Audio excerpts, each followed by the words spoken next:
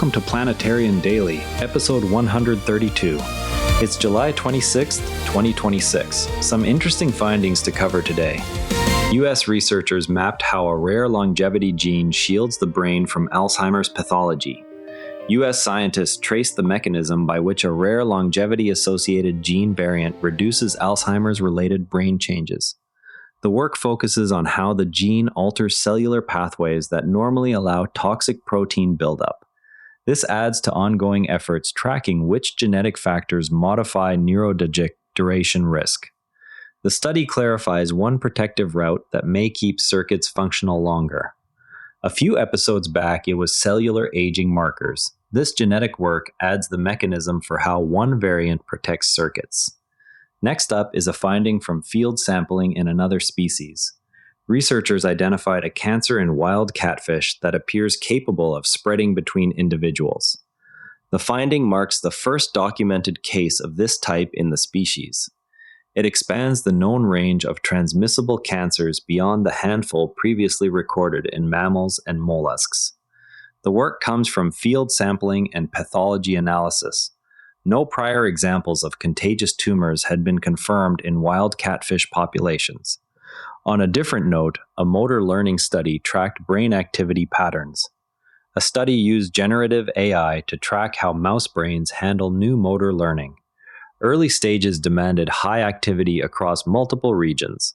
Once the skill stabilized, activity shifted to a low-energy pattern that maintained performance. The results illustrate how the nervous system reallocates resources after initial acquisition. The AI model distinguished between the high-cost acquisition phase and the sparse maintenance phase in the same animals. Most people assume that once a skill is learned, the brain simply keeps working at the same high level it needed during the first attempts. In reality, the opposite occurs. Right now, as you tie your shoes or type a familiar sentence, large-scale activity that was required when you first practiced has already dropped away. The generative AI mapping in mice showed that initial learning recruits widespread regions, yet mastery collapses that pattern into a sparse, efficient circuit that still delivers the same output. One memorable illustration is that the energy cost of an automated action can fall dramatically once the new representation stabilizes.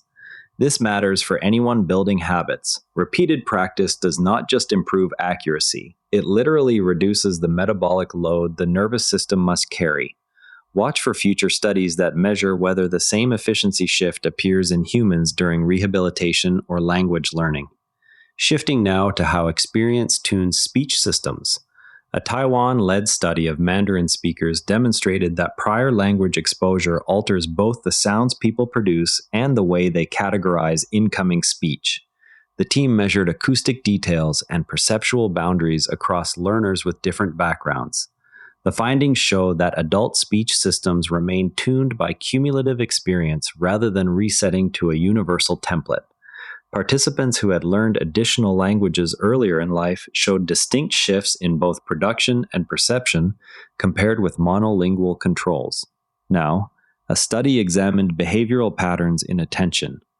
People with ADHD showed weaker response inhibition and greater reliance on automatic habits in behavioral tasks.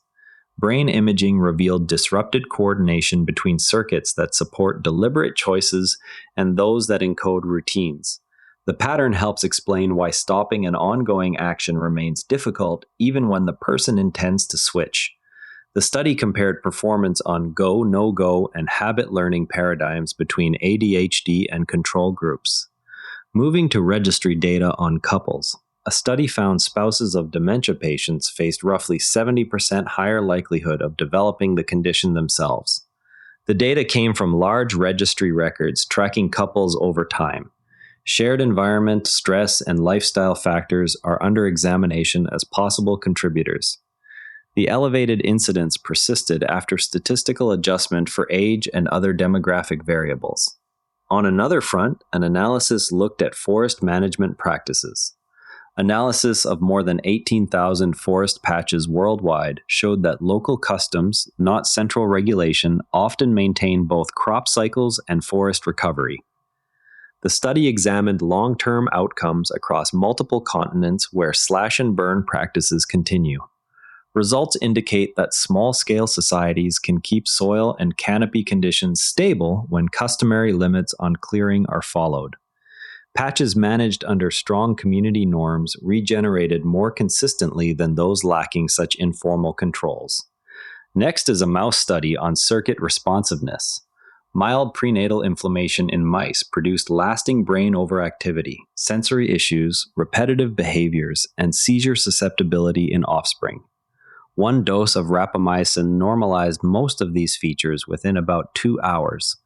The effect was transient, yet it indicates that adult circuits retain more capacity for rapid adjustment than earlier models assumed. The mTOR pathway inhibitor was administered after the animals had reached adulthood. The rapamycin reversal of autism-like traits in adult mice shows that certain developmental brain phenotypes remain responsive to targeted intervention long after the initial insult. This moves the tracked neuroscience program forward by demonstrating short-term circuit adaptability rather than fixed early wiring. It raises the open question of whether similar transient windows exist for other neurodevelopmental or neurodegenerative conditions. The next data to watch are dose-ranging studies and tests in additional models that clarify how long benefits can be extended. What aspect of adult brain flexibility would you like to see explored next? Turning to grassland ecosystems, ecologists tracked how changes in herbivore species composition affect predator and plant layers in grassland systems. Fluctuations at the herbivore level propagated through the entire web, altering stability metrics. The work underscores that multi-layer interactions rather than single trophic diversity alone determine overall resilience. Data were collected across multiple sites where herbivore populations varied naturally or through experimental manipulation. Now, research on exceptional memory in older adults. Individuals with exceptional late-life memory showed genetic profiles similar to typical older adults rather than carrying fewer risk variants. Researchers conclude that unknown protective processes in brain, body, or environment likely preserve function. The finding narrows the search for non-genetic contributors to cognitive resilience.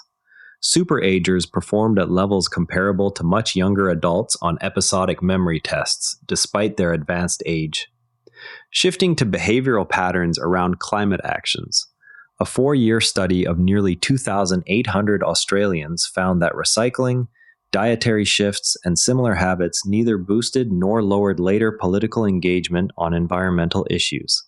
The results counter concerns that individual steps crowd out collective action. Participants reported their behaviors and attitudes at multiple time points, allowing researchers to test directional effects over time. The study tracked the same individuals across repeated surveys to separate any influence of personal habits from broader policy attitudes.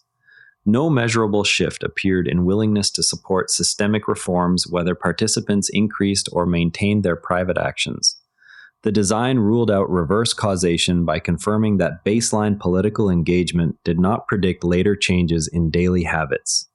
On the nutrition side, long-term observations linked coffee intake to liver outcomes. Long-term data associated even 1 or 2 cups daily with healthier liver imaging and blood markers. Benefits strengthened at 3 or 4 cups and appeared across multiple disease endpoints, including cirrhosis and liver cancer mortality. The pattern held after accounting for other lifestyle variables. Coffee drinkers also displayed lower levels of circulating proteins linked to inflammation and fibrosis. Next, a catalog of unusual natural compounds. Researchers cataloged secondary metabolites containing elements beyond the usual carbon, hydrogen, nitrogen, oxygen set.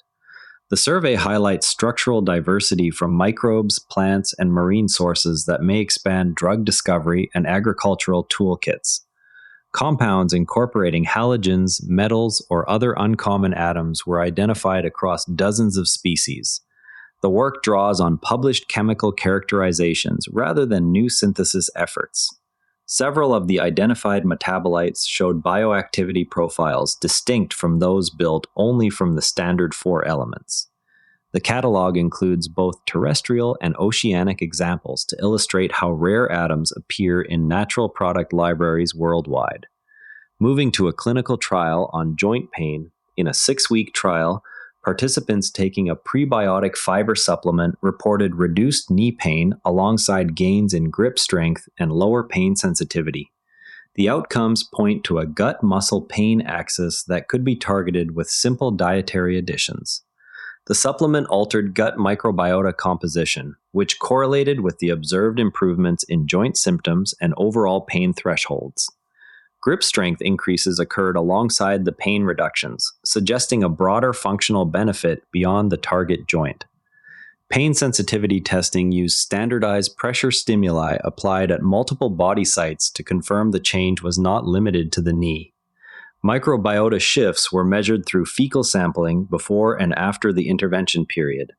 Finally, a physical system that stores multiple states, a non-Brownian suspension, was shown to hold multiple interacting memory states simultaneously. The physical system demonstrates how amplitude and directional information can coexist and compete without immediate erasure. The work provides an analog model for studying memory storage dynamics. Experiments tracked how the fluid retained and retrieved distinct inputs over repeated cycles. The suspension maintained separate memory traces even when new inputs overlapped in time with earlier ones. Amplitude-encoded information remained distinguishable from directional information across successive readouts. Keep an eye on dose-ranging follow-ups from the rapamycin work that may clarify how long the observed reversibility can be extended.